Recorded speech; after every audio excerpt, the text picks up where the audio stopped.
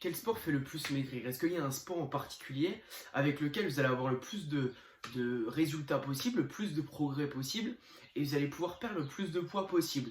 Donc c'est vrai qu'on entend souvent des amis, des connaissances ou même des membres de notre famille nous dire bah moi j'ai perdu tant de kilos en faisant que de la course par exemple. Ou notre collègue de travail va nous dire moi j'ai perdu une quinzaine de kilos en faisant simplement du vélo.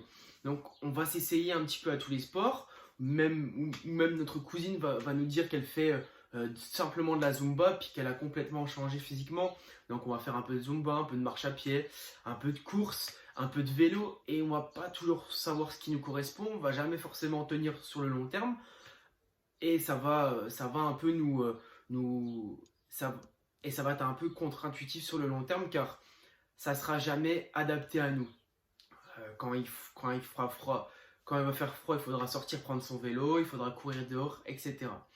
Donc aujourd'hui, on va voir quel sport fait le plus maigrir et comment le mettre en place. Donc dans un premier temps, on va voir les bases. Ce qui fait maigrir, c'est la dépense calorique. Donc c'est toujours une histoire de balance calorique. Là, je consomme, là, je dépense. Si je consomme plus que ce que je dépense en termes de calories, donc là, je prends du poids. Et inversement, si je dépense plus de calories que je n'en consomme, donc là, je perds du poids. Donc le but, ça va être de se focaliser sur cette partie de dépense calorique et d'augmenter au maximum cette dépense calorique sans que ça soit trop traumatisant. C'est pas la peine de faire 2 heures de course à pied et qu'on soit complètement fatigué à la fin, qu'on n'ait plus envie de rien faire parce que ça ne correspond pas forcément. Même si on a dépensé 600 calories, le but c'est pas qu'on soit complètement fatigué à la fin de ce sport.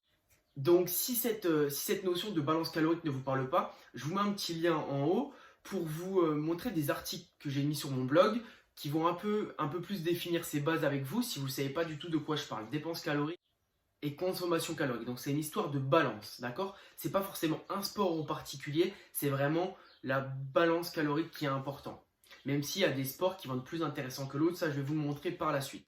Donc le sport avec le meilleur ratio, où il va avoir un très bon ratio temps, énergie dépensée et résultat, ce sport c'est le renforcement musculaire. Donc ça va être quoi les avantages du renfort musculaire? Bah, ça va en fait protéger vos articulations, protéger votre système immunitaire, vous allez être plus fort, plus dessiné, plus tonifié, plus musclé, plus de masse musculaire. Ça va limiter aussi ce qu'on appelle la sarcopénie. La sarcopénie en fait c'est un phénomène de fonte musculaire, donc ça va limiter cet aspect-là de fonte musculaire et donc nous protéger par la suite. Ça n'a que des avantages, ça améliore la circulation sanguine, je peux vous en énumérer pendant 10 minutes comme ça. Donc c'est ça qui est intéressant avec le renforcement musculaire. En plus de ça, on n'a pas besoin de grand matériel, on n'a pas besoin de grand chose pour le faire. On peut le faire dans sa chambre, dans son salon, chez soi, dehors, peu importe l'endroit, on peut le faire avec juste son corps et sans forcément besoin de matériel.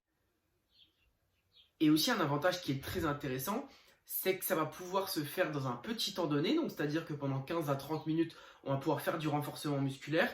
Il va avoir une dépense calorique qui est assez suffisante, mais on n'aura pas vraiment donné, on n'aura pas vraiment dépensé on n'aura pas vraiment travaillé pendant 2 heures. Si on doit comparer ça à la course, par exemple, pour que la course soit assez efficace, 1 heure de footing, là il va avoir une dépense calorique qui va être assez intéressante. Alors que là, rien qu'en 30 minutes de renforcement musculaire, la dépense calorique sera tout autant intéressante. Donc le troisième point, pourquoi le renforcement musculaire est super intéressant, c'est qu'en fait vous allez dépenser des calories même au repos. Donc en fait, imaginez-vous de chez vous, vous n'allez rien faire de plus que vous faisiez il y a 2 ans par exemple, mais vous allez dépenser plus de calories. Pourquoi? Parce qu'en faisant du renforcement musculaire, en faisant un peu de musculation, votre corps va devenir de plus en plus fort. Vous allez devenir un peu plus musclé, un peu plus tonifié comme je vous l'ai dit. Et forcément, votre métabolisme, c'est ce qu'on appelle votre métabolisme de base, va augmenter. C'est-à-dire qu'au repos, vous allez dépenser plus de calories sans rien faire en faisant du renforcement musculaire par rapport à la course. Regardez, je vous mets 2 petits graphiques ici. Un graphique où là, on a simplement en faisant de la course à pied. Donc je vous montre le graphique, vous voyez bien qu'à chaque fois, le pic il redescend. Donc c'est-à-dire qu'on va dépenser des calories pendant un moment, puis ça va redescendre et il faudra en dépenser plus, donc faire un peu plus de kilomètres, un peu plus d'intensité la fois d'après pour en dépenser un petit peu plus. Alors que ici avec le renforcement musculaire, en fait vous allez dépenser moins de calories sur une seule séance, mais votre pic va redescendre un peu moins bas. On ne va pas redescendre à zéro parce que pendant le renforcement musculaire, on aura construit quelque chose et pendant la course à pied, on aura juste eu un petit pic intense qui va nous servir pendant seulement cette séance, mais pas pendant la période d'après.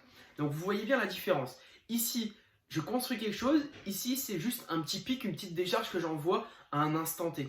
Donc ça, c'est le plus gros avantage du renforcement musculaire. C'est que sans rien faire, au fil du temps, vous allez dépenser plus de calories au repos. Comme vous allez être plus fort, au lieu de dépenser 1400 calories au repos comme si vous faisiez de la course à pied par exemple, et ben avec le renforcement musculaire, sans rien faire, vous allez en dépenser 1700. Donc ça va vous permettre de perdre du poids plus facilement, de manger un peu plus que vous voulez. Et c'est un engrenage, un petit cercle qui va être super intéressant pour la suite et qui va pas du tout être contraignant. Donc forcément, vous vous demandez comment appliquer cela, comment on peut faire du renforcement musculaire assez facilement de chez soi sans matériel, surtout dans cette période qu'est le confinement où on ne sait pas forcément quoi faire.